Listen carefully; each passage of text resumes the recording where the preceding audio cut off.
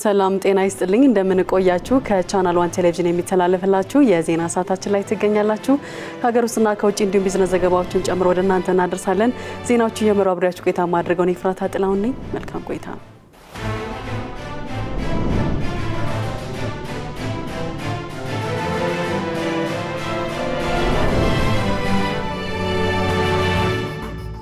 እስካሁን ተመካካሪዎች የመከሩባቸው ጉዳዮችና ያቀረቧቸው ሐሳቦች በሚገባ እየተሰነዱ መሆኑ ተገለጸ።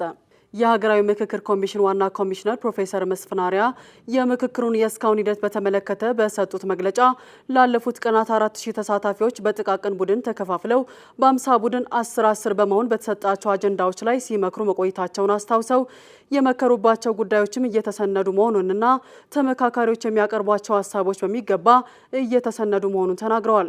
በመጀመሪያው ምክክር ሂደት የጥቃቅን ቡድን ወደ ንዑስ ቡድን ተሸጋግሮ በሚገባ ምክክር እንደሚደረግም ዋና ኮሚሽነሩ አስታውቀዋል።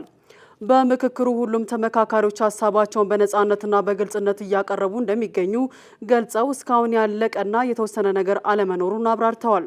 የፊታችን ሰኞ የ250ዎቹ ስልታዊ ቡድን ምዕራፍ ተጠናቆ ወደ 500ዎቹ እንሸጋግራለን የሚል እምነት እንዳላቸውም ዋና ኮሚሽነሩ ጠቁመዋል። ተመካካሪዎች ይህንን ታሪካዊ ሂደት በሚገባ እንዲጠቀሙበት ነው ያስገነዘቡት። የኮሚሽኑ ዓላማ ሁሉም በእኩልነት እንዲነጋገር መሆኑን ጠቁመው የምክክሩ ስነ ዘዴ ሁሉም እኩል አሸናፊ ሆኖ እንዲወጣ የሚያስችል መሆኑን አብራርተዋል። በተለዋዋጭ የዓለም ጂኦፖለቲካ ውስጥ አፍሪካ ስልታዊ ተዋናይ መሆን እንዳለባት የውጭ ጉዳይ ሚኒስትር ጌዲዮን ጢሞቴዎስ ገለጹ። ሚኒስትሩ በአዲስ አበባ ለሁለት ቀናት በተካሄደው 49ኛው የአፍሪካ ህብረት ስራ አስፈጻሚ ምክር ቤት መደበኛ ስብሰባ ላይ ባደረጉት ንግግር ጉባኤው የዓለም አቀፍ ስርዓትና የጂኦፖለቲካዊ አወቃቀሮች ጥልቅ ለውጥ እየታየባቸው ባሉበት ወቅት የሚካሄድ መሆኑን አብራርተዋል። የጂኦፖለቲካ ውድድር፣ የቴክኖሎጂ ሽግግር፣ የአየር ንብረት ለውጥ ተጽዕኖዎች እንዲሁም ስልታዊ በሆኑ ተፈጥሯዊ ሀብቶች ላይ እየተካሄደ ያለው ፉክክር አዲስ የዓለም አቀፍ ስርዓት እየፈጠረ መሆኑን ጠቁመዋል። አፍሪካ ይህንን አጋጣሚ በመጠቀም ለዓለም አቀፍ ፈተናዎች አፍሪካዊ መፍትሄዎችን ማቅረብ የምትችል ስትራቴጂካዊ ተዋናይ መሆን እንዳለባት ያሳሰቡት ሚኒስትሩ የአፍሪካ ህብረት የአህጉሪቷን ቅድመ አጀንዳዎች የሚያስፈጽም መብቷን የሚያስከብርና ተስፋ ሰጪ ድምጽ ሆኖ መውጣት እንዳለበት አመላክተዋል። አህጉሪቱ እንደ አውሮፓውያን አቆጣጠር በ2026 ፈጣን እድገት ከሚያስመዘግቡ የዓለም 10 ሀገራት መካከል 8ቱን ያቀፈች በመሆኗ በአንደኛው ክፍለ ዘመን ሁለተኛ አጋማሽ የዓለም ኢኮኖሚ እድገት ሞተር እንደምትሆን ገልጸዋል። ከዚሁ ጋር ተያይዞ ኢትዮጵያ ለአፍሪካ ህብረት አህጉራዊ አንድነትና ጥንካሬ ያላትን ጽኑ ቁርጠኝነት ዳግም ማረጋገጣቸውን ከውጭ ጉዳይ ሚኒስቴር የተገኘው መረጃ ያሳያል። በመጨረሻም ህብረቱ ውሳኔዎችን በተግባር ለመተርጎም የሚያስችለውን የራሱን ዘላቂና አስተማማኝ የፋይናንስ ምንጭ ማረጋገጥ እንዳለበት አሳስበዋል። እንዲሁም የጋራ ሀብቶችን በትብብር በፍትሃዊነትና በጋራ ተጠቃሚነት መርህ ላይ በመመስረት ለአህጉራዊ ትስስርና ብልጽግና ማዋል በሀገሪቱ የሚከሰቱ ችግሮችንም በአፍሪካውያን ተቋማትና ማዕቀፎች ብቻ መፍታት እንደሚገባ አስገንዝበዋል። የአፍሪካ ህብረት የአህጉሪቷን ችግሮች በራሱ የሚፈታና የልማት አጀንዳዎቹን በውጤታማነት የሚያስፈጽም እንዲሆን የፋይናንስ ነጻነትን ማረጋገጥና የመዋቅራዊ ሪፎርም ሂደቶችን ማጠናከር አለባት ተባለ። ለዝርዝሩ አናውል ተስፋ 49ኛው የአፍሪካ ህብረት የስራ አስፈጻሚ ምክር ቤት ስብሰባ በአዲስ አበባ ተካሂዷል። የውጭ ጉዳይ ሚኒስቴር ቃል አቀባይ አምባሳደር ነቢያት ጌታቸው ለኢዜአ እንደገለጹት ስብሰባው በህብረቱ በጀት፣ በፋይናንስ ራስን መቻል፣ በመዋቅራዊ ሪፎርምና በሌሎች አህጉራዊ ጉዳዮች ላይ ያተኮረ እንደነበረ ገልጸዋል። የአፍሪካ ህብረት በራሱ አቅም የሚመራና የአህጉሪቱን የልማት አጀንዳዎች በውጤታማነት የሚያስፈጽም እንዲሆን አባል ሀገራቱ የህብረቱን በጀት በራሳቸው አቅም የመሸፈን ቁርጠኝነት ሊያሳዩ እንደሚገባም የውጭ ጉዳይ ሚኒስትር ጌዲዮን ጢሞቴዎስ በስብሰባው መክፈቻ ላይ ባደረጉት ንግግር መግለጻቸውን አስታውሰዋል። አፍሪካ በሰላም፣ ደህንነት፣ በኢኮኖሚና ማህበራዊ ልማት በርካታ ቅድሚያ የሚሰጣቸው ጉዳዮች መኖራቸውን ጠቁመው እነዚህ በውጤታማነት ለማስፈጸም የአፍሪካ ህብረት በፋይናንስ ራሱን ችሎ የሚንቀሳቀስ ተቋም መሆን እንዳለበት ገልጸዋል። አፍሪካ በተፈጥሮ ሀብት የበለጸገች አህጉር መሆኗን በመጥቀስ ሀብቷን በጋራ ጥቅም ላይ ለማዋል በትብብር በጋራ አሰራር መስራት አስፈላጊ መሆኑን ያመላከቱት አምባሳደር ነቢያት ይህም በኢትዮጵያ የቀረበ ቁልፍ መልእክት መሆኑን ጠቁመዋል። በስብሰባው በበጀት፣ በፋይናንስ ራስን መቻልና በመዋቅራዊ ሪፎርም ዙሪያ የሚደረጉ ውይይቶች የህብረቱ የገንዘብ አቅም የሚያጠናክሩ ዘላቂ የፋይናንስ መሰረት የሚጥሉ ውሳኔዎች ይሆናሉ ብሎ ይጠበቃል። አምባሳደር ነቢያት አክለው እንደገለጹት አጀንዳ 2063 የአፍሪካ ህብረት የረጅም ጊዜ የልማት ርዕይ ሲሆን የሰላም፣ ደህንነት፣ የሰዎች ነጻ እንቅስቃሴ፣ የአየር ንብረት ለውጥ፣ ሌሎች አህጉራዊ ቅድሚያ የሚሰጣቸው ጉዳዮች ያካተተ ነው ብለዋል። የልማት አጀንዳዎች በአፍሪካ ህብረት ጉባኤዎች እየተገመገሙ የአፈጻጸም ሂደታቸውንም በቀጣይነት የሚከታተል መሆኑንም ጠቁመዋል። የስራ አስፈጻሚ ምክር ቤቱ ከሚያጸድቃቸው ምክረ ሀሳቦች በመነሳት የአፍሪካ ህብረት የመሪዎች ጉባኤ የመጨረሻ ውሳኔዎች እንደሚያሳ እንደሚያሳልፍም ገልጸዋል። አፍሪካ ሙሉ ነጻነቷን ለማረጋገጥ የኢኮኖሚ ነጻነት እውን መሆን እንዳለበትም ጠቅሰው ለዚህም አባል ሀገራት የጋራ ተቋማቸው ለሆነ የአፍሪካ ህብረት በቂ የፋይናንስ ድጋፍ በማድረግ ራሱን ችሎ የሚንቀሳቀስና የራሱን አጀንዳዎች በራሱ አቅም የሚያስፈጽም ተቋም እንዲሆን የበኩላቸውን ኃላፊነት መወጣት እንዳለባቸው አምባሳደር ነቢያት አንስተዋል። በኢትዮጵያ የሄፓታይተስ ስርጭት እየጨመረ መሆኑ በጥናት ተረጋገጠ። በሽታውን ለመግታት የምርመራና ሕክምና አገልግሎት ተደራሽነትን ማሳደግ ይገባል ተብሏል። 16ኛው የዓለም ሄፓታይተስ ቀን የሄፓታይተስ ምርመራና ሕክምና አገልግሎት ተደራሽነት ተግዳሮቶችን እናስወግድ በሚል መሪ ቃል በቅዱስ ጳውሎስ ታስቧል። ሄፓታይተስ ቢና ሲ መከላከልና መታከም የሚችሉ የጤና እክሎች በመሆናቸው ማንኛውም ሰው በእነዚህ በሽታዎች ሳቢያ ህይወቱን ማጣት እንደሌለበት አጽንኦት ተሰጥቷል። በጤና ሚኒስቴር የኤችአይቪ መከላከልና መቆጣጠር መሪ ስራ አስፈጻሚ ፍቃዱ ያደታ እንደገለጹት በኢትዮጵያ የሄፓታይተስ ስርጭት እየጨመረ መሆኑን በተደረገ ጥናት መረጋገጡ የበሽታውን ከፍተኛ ጫና ያሳያል። ጤና ሚኒስቴር ይህንን ለመቆጣጠር የግንዛቤ ማስጨበጫ፣ የክትባት አቅርቦት፣ የምርመራና የህክምና ተቋማት የማስፋፋት፣ የመድኃኒትና ግብዓት አቅርቦትን እንዲሁም የባለሙያ አቅምን በማጠናከር ረገድ ተከታታይ ስራዎችን እያከናወነ ይገኛል። እንዲሁም የዓለም ጤና ድርጅት ተወካይ ዶክተር ሰብለ አባተ በበኩላቸው ኢትዮጵያ በፈረንጆቹ 2030 የሄፓታይተስ ከህዝብ ጤና ስጋትነት ለማስወገድ እያደረገች ያለውን ጥረት አድንቀዋል። ድርጅታቸው ህመሙን የመከላከል የምርመራ ህክምና ስራዎችን ከጤና ሚኒስቴርና ከሌሎች አጋሮች ጋር በጋራ ለማከናወን የሚያደርገውን እገዛ ይበልጥ አጠናክሮ እንደሚቀጥልም አረጋግጠዋል። የቅዱስ ጴጥሮስ ስፔሻላይዝድ ሆስፒታል ስራ አስኪያጅ ዶክተር አብርሃም እሸቱ ሆስፒታሉ በቫይራል ሄፓታይተስና በኤችአይቪ ምርመራና ህክምና ትልቅ ማዕከል ያለው መሆኑን እንዲሁም ቀኑ በሆስፒታሉ መከበሩ አበረታች መሆኑን ጠቅሰዋል። የሮቦቲክ ሰርጀሪ ህክምና ስልጠና መሰጠት የሚያስችል አዲስ ማዕከል በአዲስ አበባ መከፈቱ ተገለጸ። ማዕከሉ የተከፈተው በቻይናና አፍሪካ የህክምና አጋርነት አማካኝነት ሲሆን ዘመናዊ ሮቦቲክ ሰርጀሪ ህክምናን በኢትዮጵያና በሌሎች አፍሪካ ሀገራት ለማስፋፋት ያለመ እንደሆነም ተገልጿል። ሄሮዳይ ንጉሴ ተጨማሪ አላት። ይህ ለአህጉሪቱ የጤና ዘርፍ ማዘመኛ የሚሆን አዲስ የህክምና አጋርነት ፕሮግራም በአዲስ አበባ ሲልክ ሮድ ጀነራል ሆስፒታል ተመርቋል። በዕለቱ የሮቦቲክስ ሰርጀሪና የኢንዶስኮፒክ ቴክኖሎጂ ማሰልጠኛ ማዕከላት የተከፈቱ ሲሆን ፕሮግራሙ አነስተኛ የቀዶ ጥገና ቴክኖሎጂን በስፋት ለማስፋት ያለመ ነው። በምረቃ ስነ ስርዓቱ ላይ የተገኙት የኢትዮጵያ ፕሬዝዳንት ታዬ አጽቀሥላሴ የዘመናዊ ቴክኖሎጂና የሰለጠነ የሰው ኃይል አስፈላጊነትን ገልጸው የቻይና ባለሙያዎች የሚያደርጉትን የእውቀትና ክህሎት ሽግግር አድንቀዋል። የጤና ሚኒስትሯ ዶክተር መቅደስ ዳባ እና በኢትዮጵያ የቻይና አምባሳደር ቼን ሃይ በበኩላቸው ፕሮግራሙ በሁለቱ ወገኖች መካከል ያለውን ጠንካራ ወዳጅነት የሚያሳይና ለሌሎች አገልግሎቶች አርአያ የሚሆን መሆኑን ገልጸዋል። በመጀመሪያው ዙር ማሰልጠኛ ማዕከሉ በሰጠው ስልጠና ላይ ከኢትዮጵያ፣ ሱዳን፣ ታንዛኒያ፣ ኡጋንዳ፣ ጋናና ሊቢያ የተውጣጡ 40 ሰልጣኞች ተሳትፈዋል። ይህ የቴክኖሎጂ ሽግግር በተለይም ኢትዮጵያ ሰው ሰራሽ አስተውሎትን በጤናው ዘርፍ ለመጠቀም የቀረጸቻቸውን የተለያዩ ስትራቴጂዎች የሚያግዝ መሆኑ ተጠቁሟል። ሀገሪቱ ከዚህ ቀደም በሰው ሰራሽ አስተውሎት የታገዙ የቲቢ በሽታ ምርመራና ሕክምናዎችን፣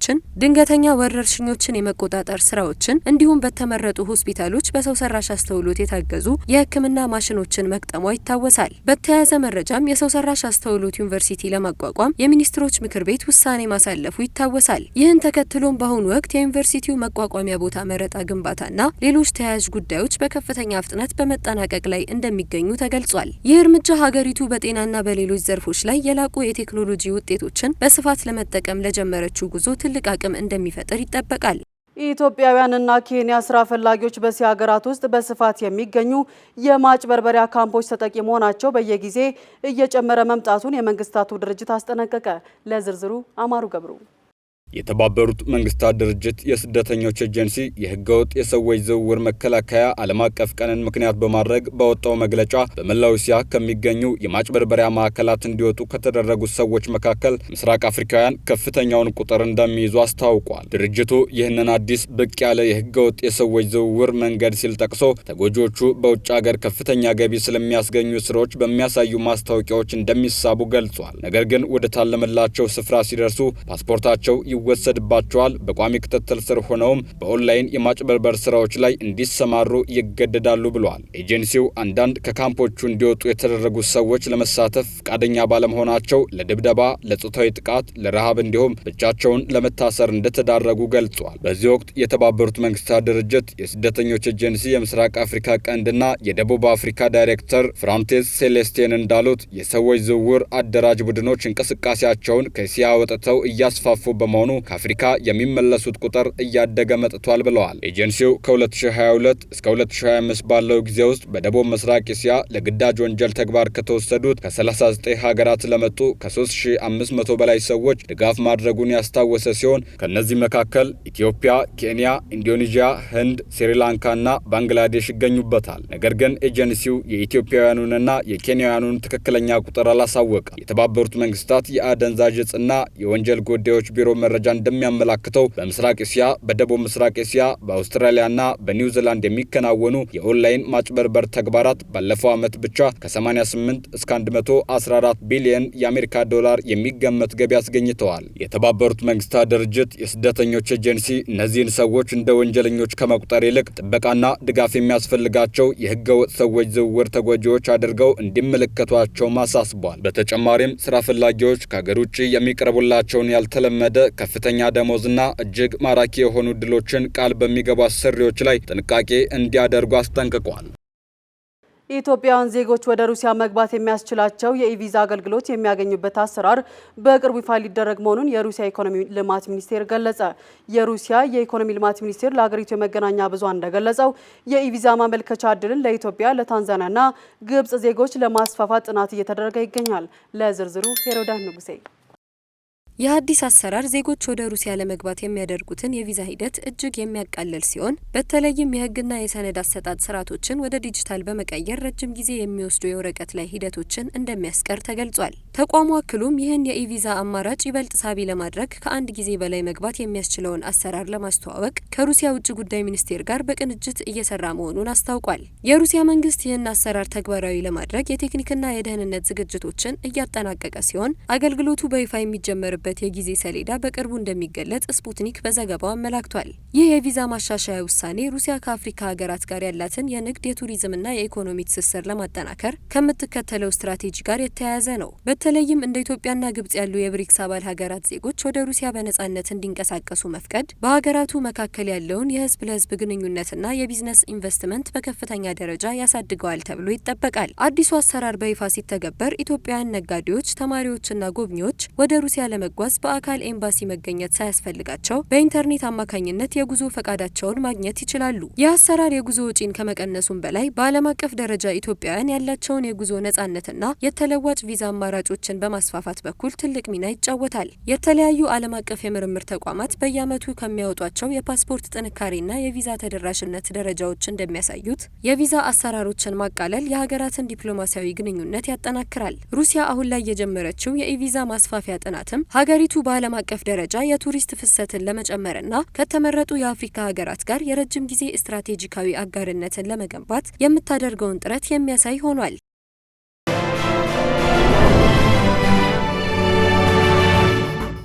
እየተከታተላችሁ የምትገኙት ከቻናል 1 ቴሌቪዥን የሚተላለፍላችሁ የዜና ሰዓታችን ነው።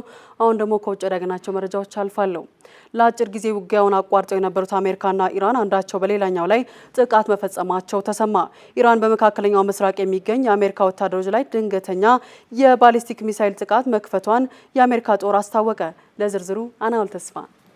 ጥቃቱ ትላንትና ምሽት መፈጸሙ የተገለጸ ሲሆን ሁሉንም ሚሳኤሎች ውጤታማ በሆነ መልኩ አክሽፈናል ሲል የአሜሪካ ማዕከላዊ እዝ አስታውቋል። እዙ ጥቃቱ የተፈጸመበትን አካባቢ በግልጽ ያላስቀመጠ ሲሆን በሁለቱ ሀገራት መካከል ለ3 ቀናት ተቋርጦ የነበረው ውጊያም ዳግም እንዲያገረሽ ሊያደርግ ይችላል የሚል ስጋትም ፈጥሯል። የአሜሪካ ጦርና የሳውዲ አረቢያ ኃይሎች በጥምረት በኢራን የሚደገፉ አሸባሪዎች ያሏቸውን በኢራቅ የሚገኙ ታጣቂዎች ላይ ጥቃት መፈጸማቸውን ማዕከላዊ እዙ አስታውቋል። ቴህራን እስካሁን ድረስ በጉዳዩ ላይ አስተያየት አልሰጠችም። ኢራን ፈጸመችው የተባለው ጥቃትም ሁለቱ ሀገራት ዳግም ለድርድር ይቀመጣሉ የሚለውን ተስፋ እንዲደበዝዝ አድርጓል። የአሜሪካ ጦርና ሳውዲ አረቢያ በምስራቃዊ ኢራቅ ያሉ በርካታ የአሸባሪዎች መገኛዎችንና የጦር መሳሪያ ማከማቻዎችን መደብደባቸውን ሴንቲኮም አስታውቋል። የአሜሪካ ጦር ይህ ድብደባ ባለፉት 72 ሰዓታት ውስጥ በኢራን እስላማዊ አብዮታዊ ዘብ የተመሩ ከ30 በላይ የአየር ላይ ድሮኖች ጥቃቶች ላይ የተወሰደ ጠንካራ ምላሽ መሆኑንም ገልጿል። እዙ የኢራን ጦርና የሽብር ወኪሎቹ ተጨማሪ የአሜሪካ ወታደራዊ ምላሽ ለማስቀረት ሲሉ እነዚህን ጥቃቶች ማቆም አለባቸው ሲልም አስጠንቅቋል። ትላንትና ሳውዲ አረቢያ ጦሯ በአገሪቱ ምስራቃዊ ክፍል የሚገኙ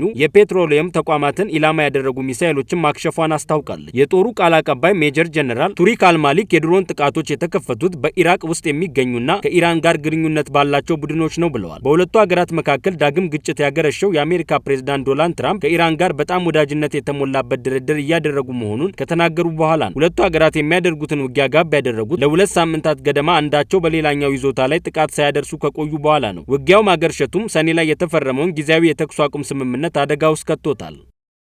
የእስራኤል መከላከያ ሚኒስቴር በቅርቡ የአሜሪካ ጦር በኢራን ላይ ለፈጸመው ድብደባ የእስራኤል ጦር ሰፈር መጠቀሙን ገለጸ። እስራኤል ካትስ የኢራን ባለስልጣናት ይህንን እንደሚያውቁ ተናግረው ነገር ግን የአጸፋ ጥቃት አለመፈጸማቸውን ተናግረዋል።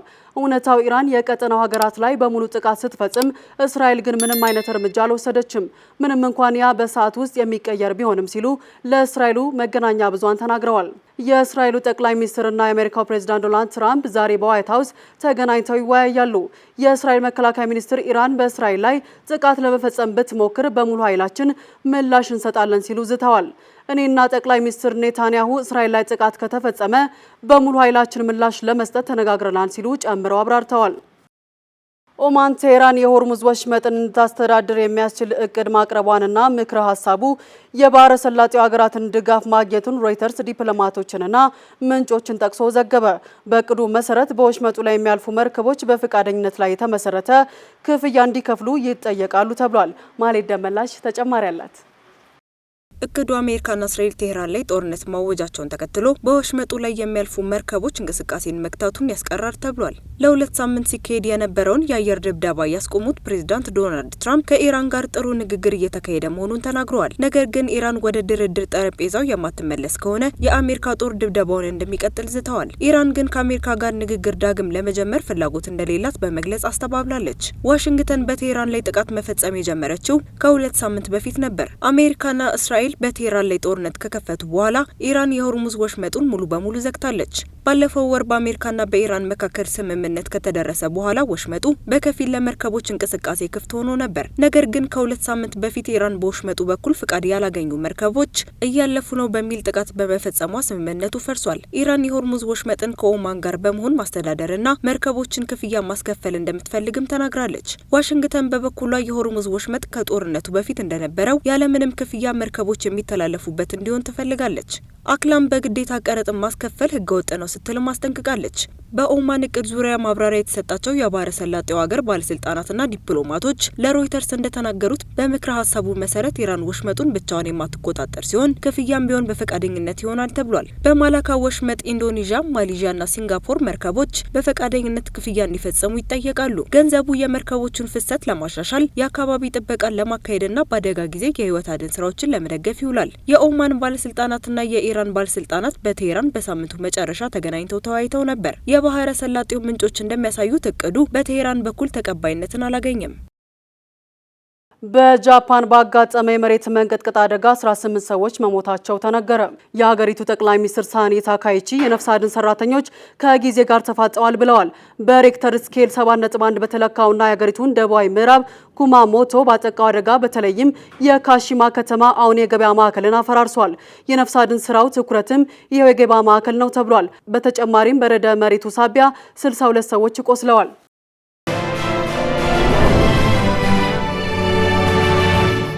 ሳምንቱን በታሪክ የምንቃኝበት ሰዓታችን ላይ ትገኛላችሁ። ሐምሌ 2 ቀን 1928 ዓ.ም የፋሺስት ጣሊያን ወረራን በጽናት በመቃወምና ለሀገርና ለሃይማኖት ክብር ሲሉ ራሳቸውን አሳልፈው የሰጡት ብፁዕ አቡነ ጴጥሮስ የተሰዉበትን ቀን እንቃኛለን። ያዘጋጀችው ሄሮዳዊት ንጉሴ ናት። ልክ በዛሬው ዕለት በፋሺስት ጦር ጥይት የተረሸኑት አቡነ ጴጥሮስ የሰጡት ታሪካዊ ውግዘትና ያሳዩት ወታደራዊና መንፈሳዊ ጽናት እስከ ዛሬ ድረስ የኢትዮጵያውያን የነጻነት ምልክት ሆኖ ሲዘከር ቆይቷል። እኛም የዛሬው ሳምንቱን በታሪክ መዳረሻችን አድርገነዋል። የዛሬው ሳምንቱን በታሪክ የጣሊያንን ቀኝ አገዛዝ በማውገዝ ለሀገር ነጻነት መስዋዕት የሆኑትን የአቡነ ጴጥሮስን የሰማዕትነት ወቅት ሊያወሳ 90 ዓመታትን ወደ ኋላ ተጉዟል። በኢትዮጵያ የታሪክ ድርሳናት ውስጥ ሐምሌ 22 ቀን 1928 ዓ.ም ትልቅ ስፍራ የሚሰጠው ዕለት ነው። የፋሺስት ጣሊያን ጦር ኢትዮጵያውያንን በወረረበት በዚህ ወቅት አባቶቻችን በየበረሃውና በየተራራው ለነጻነት ሲፋለሙ የነበሩ ሲሆን በመንፈሳዊው መድረክ ደግሞ የወራሪን ኃይል ግፍና አገዛዝ በግልጽ የተቃወሙት የወሎና የሰሜን ሸዋ ሊቀ ጳጳስ ብፁዕ አቡነ ጴጥሮስ ነበሩ። ፋሽስቶች አዲስ አበባን ከተቆጣጠሩ በኋላ አቡነ ጴጥሮስን እጃቸውን እንዲሰጡና የጣሊያንን የበላይነት እንዲቀበሉ ከፍተኛ ጫና አድርገውባቸው የነበረ ቢሆንም ብፁዕነታቸው ግን ለወራሪ ኃይል አልተንበረከኩም። ይልቁንስ ለጣሊያን አገዛዝ እንድገዛ የተጠየኩትን አልቀበለውም፣ የእግዚአብሔርን ምድር ለወራሪ አሳልፌ አልሰጥም፣ የኢትዮጵያ ሕዝብ ለፋሽስት እንዳይገዛ የጣሊያንንም ገንዘብ እንዳይጠቀምና እንዳይታዘዝ አውግዣለሁ፣ ያወገዝኩትንም አልሽርም በማለት በወቅቱ በተሰየሙት የፋሽስት ወታደራዊ ፍርድ ቤት ፊት በጽናት ቃላቸውን አሰሙ እንጂ። በዚህ ውሳኔያቸው የተበሳጨው የፋሽስት ወታደራዊ ፍርድ ቤት እንዲቀጡ ወሰነ። ስለዚህም ሐምሌ 22 ቀን 1928 ዓ.ም ልክ በዛሬው ዕለት በአዲስ አበባ ማዘጋጃ ቤት አካባቢ በአሁኑ አቡነ ጴጥሮስ አደባባይ በብዙ መቶዎች የሚቆጠሩ የፋሽስት ወታደሮች በተሰበሰቡበት በ8 ጥይቶች ተረሸኑ። አቡነ ጴጥሮስ ከመገደላቸው ጥቂት ደቂቃዎች በፊት መስቀላቸውን በማንሳት ለኢትዮጵያ ሕዝብና ምድር ቡራኬ በመስጠት ሰማዕትነትን ተቀብለዋል። ብፁዕነታቸው የከፈሉት መስዋዕትነት የኢትዮጵያ አርበኞች ለነጻነት ያደረጉትን ተጋድሎ የበለጠ ያነሳሳና የወራሪውን ኃይል አንገት ያስደፋ ታሪካዊ ክስተት ነበር። ዛሬም ቢሆን በአዲስ አበባ ፒያሳ የመታሰቢያ ሐውልታቸው ቆሞ እየተዘከሩ ይገኛል። ወደ ቢዝነስ ዘገባዎች አልፋለሁ። የኢትዮጵያ አየር መንገድ ግሩፕ በተጠናቀቀው የበጀት ዓመት 1.4 ትሪሊዮን ብር ገቢ ማግኘቱን አስታወቀ። የአየር መንገድ ዋና ስራ አስፈጻሚ መስፍን ጣሰው እንደገለጹት ተቋሙ በበጀት ዓመቱ ከ20.1 ሚሊዮን በላይ መንገደኞችንና 297,000 ቶን የካርጎ ጭነት ማጓጓዝ ችሏል። ከበረራ አገልግሎቱ ጎን ለጎን ለአውሮፕላን ክፍሎችን በማምረት ላይ የሚገኘው አየር መንገዱ በበጀት ዓመቱ ለ68 አውሮፕላኖች የሚሆን መለዋወጫ በማምረት ለቦይንግ ኩባንያ ማቅረቡን ተናግረዋል። በምርቱም 6.2 ሚሊዮን ዶላር ተጨማሪ ገቢ ማግኘት ተችሏል። ለቀሪ ቢዝነስ ዘገባዎች ማሌት ደመላሽ። በ2018 በጀት ዓመት ከአምራች ዘርፉ ወደ ውጭ ከተላኩ ምርቶች 607 ሚሊዮን የአሜሪካን ዶላር ገቢ መገኘቱን የኢንዱስትሪ ሚኒስቴር አስታወቀ። ሚኒስቴሩ በአምራች ዘርፉ የተሻለ የውጭ ንግድ አፈጻጸምን ካሳዩ አምራቾች ጋር ባካሄደው የውይይት መድረክ ላይ እንደተገለጸው መንግስት ለአምራች ዘርፉ በሰጠው ከፍተኛ ትኩረት ዘርፉ መሰረታዊ ለውጦችን እያስመዘገበ ይገኛል። በመድረኩ ላይ የተገኙት የኢንዱስትሪ ሚኒስትሩ እንደገለጹት የኢትዮጵያ ታምርት ንቅናቄ ከተጀመረ ወዲህ ከውጭ የሚገቡ ምርቶችን በሀገር ውስጥ ምርት የመተካትና የውጭ ምንዛሬ ግኝትን የማሳደግ አዎንታዊ ለውጥ ታይቷል ብለዋል። በዚህም መሰረት ንቅናቄው ከመጀመሩ በፊት 385 ሚሊዮን ዶላር የነበረው ከአምራች ዘርፉ የሚገኘው የውጭ ምንዛሬ አሁን ላይ በዓመት ወደ 607 ሚሊዮን ዶላር ማደጉን ሚኒስትሩ አብራርተዋል። ከዚህ በተጨማሪም ከዚህ ቀደም በዓመት ከ162 ሺህ አይበልጥ የነበረው የአምራች ዘርፉ የስራ ዕድል ፈጠራ አሁን ላይ ከ433 ሺህ በላይ ማድረስ ተችሏል። በቀጣይ በበጀት ዓመት ከአምራች ዘርፉ የሚገኘውን የውጭ ንግድ ገቢ 1 ቢሊዮን ዶላር ለማድረስ ታቅዶ እየተሰራ መሆኑን የጠቀሙት ሚኒስትሩ የውጭ ንግዱን የበለጠ ለማሳደግና የውጭ ምንዛሪ ግኝቱን ለማሻሻል የሚያስችል ልዩ የውጭ ንግድ ስትራቴጂ ተዘጋጅቶ ወደ ስራ መገባቱን አመላክተዋል። የኢትዮጵያ ልማት ባንክ ከአውሮፓ ህብረትና ከጀርመን ልማት ባንክ የተገኘውን የ31 ሚሊዮን ዩሮ ድጋፍ በመጠቀም በግጭት በተጎዱ የአፋር፣ አማራ፣ ትግራይ ክልሎች ለሚገኙ አነስተኛና መካከለኛ ኢንተርፕራይዞች ዝቅተኛ ወለድ ያለው ብድር ሊያቀርብ ነው። ልማት ባንኩ ለዚህ ዝቅተኛ ወለድ ላለው የብድር አቅርቦት የሚውለውን የገንዘብ ድጋፍ ያደረጉት የአውሮፓ ህብረትና የጀርመን ልማት ባንክ ናቸው። በባንኩ የኢንተርፕራይዞችና የግሪን ኢኮኖሚ ፕሮጀክቶች ዳይሬክተር ተፈራ በፍቃዱ እንደገለጹት ብድሩ በተመጣጣኝ የወለድ መጠን ለመጀመሪያ ዙር ለተመረጡ 4 ባንኮች ና ለአንድ የማይክሮ ፋይናንስ ተቋም ተላልፎ ለተጠቃሚዎች ይደርሳል። ይህ የብድር አቅርቦት በአፋር፣ በአማራና በትግራይ ክልሎች ውስጥ በማኑፋክቸሪንግ፣ በአገልግሎት፣ በንግድ፣ በኮንስትራክሽንና በግብርና ማቀነባበሪያ ዘርፎች ላይ ለተሰማሩ ኢንተርፕራይዞች የሚቀርብ ሲሆን በሴቶችና በወጣቶች ለተቋቋሙ አካላት ቅድሚያ እንደሚሰጥም ታውቋል። የነዳጅና ኢነርጂ ባለስልጣን የነዳጅ አቅርቦትና ስርጭት ስርዓትን ለማዘመን የሚያስችል አዲስ መተግበሪያን ይፋ አደረገ። አዲሱ ዲጂታል ስርዓት በነዳጅ ዘርፉ የሚታየውን ብልሹ አሰራር ለማስቀረት ከፍተኛ እገዛ እንደሚያደርግም ታምኖበታል። የባለስልጣኑ ዋና ዳይሬክተር ደስታ መኳንንት እንደገለጹት ተቋሙ የቁጥጥር ስራዎችን በማጠናከር እንዲሁም የነዳጅ አቅርቦትን በማሻሻል ረገድ በርካታ ተግባራትን ማከናወኑን ጠቁመዋል። ባለስልጣኑ በነዳጅ ዘርፉ ሙሉ በሙሉ እንዲሁም በኢነርጂ ዘርፍ በከፊል ዲጂታል አሰራርን በማስፋፋት ደንበኞች ባሉበት ሆነው አገልግሎት እንዲያገኙ ማድረጉም ተመላክቷል። አሁን ከ300 በላይ ዝርዝርና 47 ጥቅል አገልግሎቶች በዲጂታል ስርዓት ውስጥ የተካተቱ ሲሆን ቀሪ አገልግሎቶችን በቀጣይ ለህዝቡ ይፋ እንደሚደረጉ ተገልጿል። በኦሮሚያ ክልል የሻይ ቅጠል ልማትን ለማስፋፋት በተያዘው እቅድ መሰረት 4200 ሄክታር መሬት በምርቱ መሸፈኑንና ለውጭ ገበያ የሚላከውን ምርት ለማጠናከር 7 አዳዲስ የሻይ ቅጠል ፋብሪካዎችን የመገንባት ሰፊ ስራ መጀመሩን የግብርና ሚኒስቴር አስታወቀ። የግብርና ሚኒስትሩ አቶ አዲሱ አረጋ በማህበራዊ ትስስር ገጻቸው እንዳሰፈሩት በክልሉ በኢሉባቦር በበደሌና በጅማ ዞኖች ውስጥ የሻይ ቅጠል ልማትን የማስፋፋት ስራ እየተከናወነ ይገኛል። እስካሁን ባለው ሂደትም በክልል ደረጃ 4200 ሄክታር መሬት በሻይ ቅጠል መልማቱ ታውቋል። ለዚህ ስኬት በሚድሮክ ኢንቨስትመንት ግሩፕ ስር የሚገኘው የጉመሮ ሻይ ቅጠል ፋብሪካ ከአካባቢው አርሶ አደሮች ጋር በመቀናጀት ምርቱን ለውጭ ገበያ በማቅረብ ረገድ አርአያ መሆኑ ተጠቅሷል። በኢሉ አባቡር ዞን ብቻ 412 አርሶ አደሮች በ633 ሄክታር መሬት ላይ የሻይ ቅጠልን በክላስተር በማምረት ላይ የሚገኙ ሲሆን ይህም የገበያ ትስስርን በመፍጠር የአርሶ አደሮችን ገቢ በከፍተኛ ሁኔታ እያሳደገው ይገኛል ተብሏል። የዶናልድ ትራምፕ አስተዳደር ከቻይና የሚገቡ አዳዲስ የሰው መልክ ያላቸውና ባለ 4 እግር ዘመናዊ ሮቦቶችን ወደ አሜሪካ እንዳይገቡ ሙሉ በሙሉ አገደ። የአሜሪካው የፌዴራል ኮሚኒኬሽን ኮሚሽን ውሳኔውን ያስታወቀው ቴክኖሎጂዎቹ ለሀገር ደህንነት ከፍተኛ ስጋት አላቸው በሚል ነው። የአሜሪካ መንግስት የወሰደው ይህ እርምጃ በፈጣን እድገት ላይ ባለው የሮቦቲክስና የሰው ሰራሽ አስተውሎት ኢንዱስትሪ ላይ ከፍተኛ መነቃቃትን ፈጥሯል። አዲሱ እገዳ ያተኮረው ገና ወደ ገበያ ባልገቡ አዳዲስ የቻይና ሮቦቶችና ለዳታ ማዕከላት ወሳኝ በሆኑ የኤሌክትሪክ ኢንቨርተሮች ላይ ነው። የአሜሪካው የፌዴራል ኮሚኒኬሽን ኮሚሽን ሊቀመንበር ብሬንድ ካር እንደገለጹት እነዚህ በቻይና የሚመረቱ ዘመናዊ ማሽኖች የሳይበር ጥቃት ለመሰንዘር ሰላዮች መረጃዎችን ለመሰብሰብና የአሜሪካን ቁልፍ መሰረተ ልማቶች ለመጉዳት ሊያገለግሉ ይችላሉ። በአሁኑ ወቅት ቻይና 85 በመቶ የሚሆነውን የዓለም የሰው መልክ ያላቸው ሮቦቶች አቅርቦት የምትቆጣጠር ሲሆን እንደ ዩትሪና አጊቦት ያሉ የቻይና ኩባንያዎች በአሜሪካ ገበያ ላይ ከፍተኛ የበላይነት ነበራቸው። እንደ ኤለን መስክ፣ ቴስላ ያሉ የአሜሪካ ኩባንያዎች ገና ጥቂት ሮቦቶችን ብቻ በሚያመርቱበት በዚህ ወቅት ውሳኔው የአሜሪካን የሀገር ውስጥ አምራቾች ለመጠበቅ ያለመ ጭምር እንደሆነ ተነግሯል። ይህ በእንዲህ እንዳለ በዋሽንግተን የሚገኘው የቻይና ኤምባሲ ውሳኔውን አጥብቆ ኮንኗል። መረጃው የቢቢሲ ነው። ስትከታተሉ የቆያችሁት ከቻናል 1 ቴሌቪዥን የሚተላለፍላችሁን የዜና ሰዓታችንን ነበረ። ዜናዎችን እየመራው አብሬያችሁ ቆይታ ያደረኩት እኔ ፍራታ ጥላሁን ነበርኩኝ። ሌሎች የቻናል 1 ፕሮግራሞች ይቀጥላሉ። መልካም ጊዜ።